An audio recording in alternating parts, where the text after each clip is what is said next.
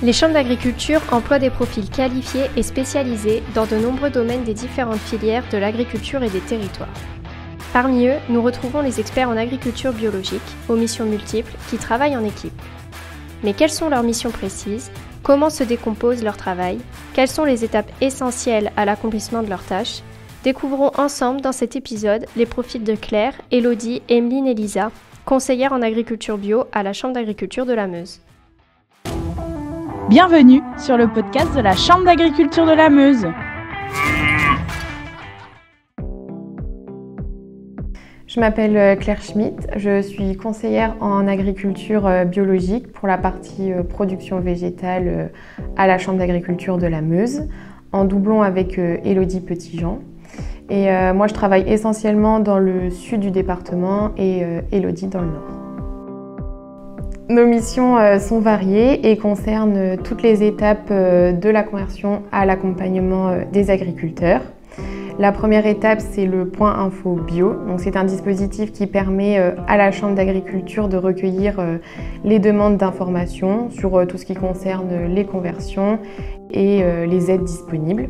C'est en quelque sorte le premier contact avec nous. Il y a un gros travail de veille en amont sur la réglementation changeante, les dispositifs en cours, les études qui sont menées. Et toutes ces données-là, elles nous permettent de répondre au mieux aux demandes et de faire des préconisations aux agriculteurs qui prennent contact avec nous. Et toutes ces données-là, nous les compilons donc une fois par trimestre à destination des agriculteurs pour les tenir informés des actualités. On sait qu'ils sont très occupés à travailler sur leur exploitation et qu'ils n'ont pas forcément le temps de lire sur les dernières nouveautés. Donc on essaye au maximum de leur faciliter le travail tout en étant compétents et notamment sur l'aspect réglementaire. On propose depuis cette année un pack spécifique pour le bio qui permet la réalisation des documents réglementaires comme le plan de fumure ou la PAC. Notre accompagnement, il ne s'arrête pas là évidemment. On propose également des suivis en grande culture bio et en élevage bio, à la fois en individuel et collectif. Mais pour ça, je laisse Élodie, Emeline et Lisa vous l'expliquer. Effectivement, comme l'a dit Claire, à la Chambre d'agriculture, nous accompagnons tous les agriculteurs, y compris les exploitants d'agriculture biologique. Ces exploitants sont soumis à des exigences réglementaires strictes qui, lors de leur conversion, les obligent à reconcevoir la plupart du temps leur système de production. Ces restrictions, notamment au niveau des produits phytopharmaceutiques, amènent souvent de nombreuses questions techniques et, forcément, en tant que conseillers, nous sommes avant tout présents pour y répondre. Nous proposons des accompagnements au cas par cas, que ce soit à la parcelle ou plus globalement à l'échelle de leur système, mais aussi de façon collective, au sein de groupes afin de faciliter le partage d'expériences et de donner des conseils en commun.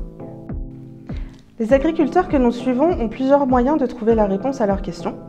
Donc il y a notamment le bulletin technique que nous rédigeons régulièrement avec Claire, que nous essayons de rédiger en lien avec l'actualité ou alors avec des problématiques que nous pouvons voir sur le terrain.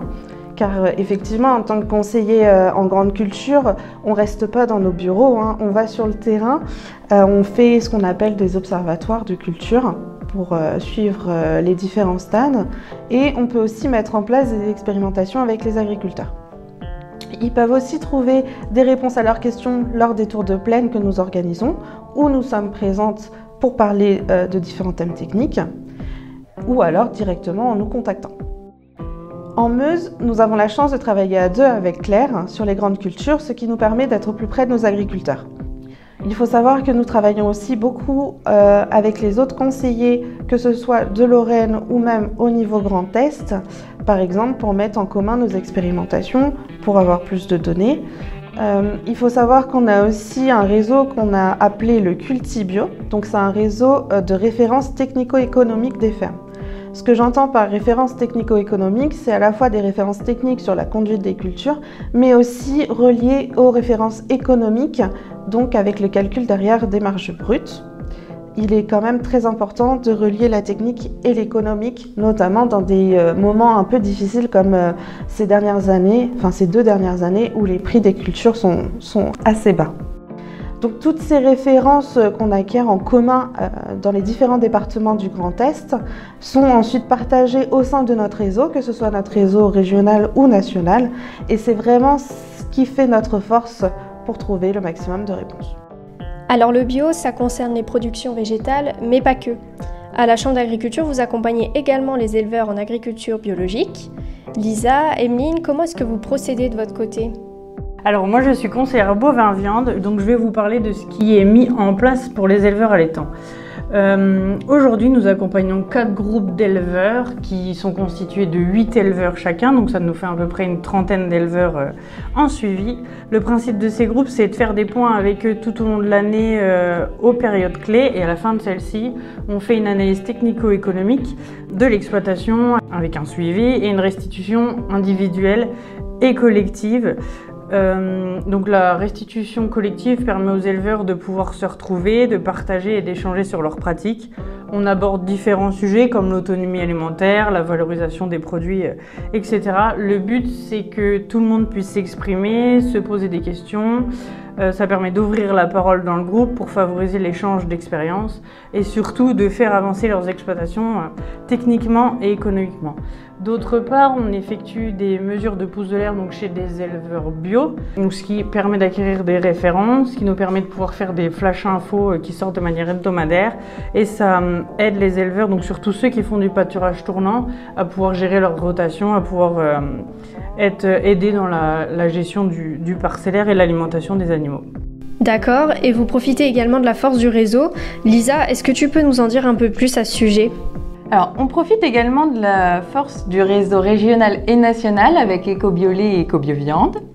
Ces réseaux permettent la création de références, la comparaison avec d'autres territoires et le travail en commun sur des thématiques d'actualité qu'on diffuse après aux exploitants.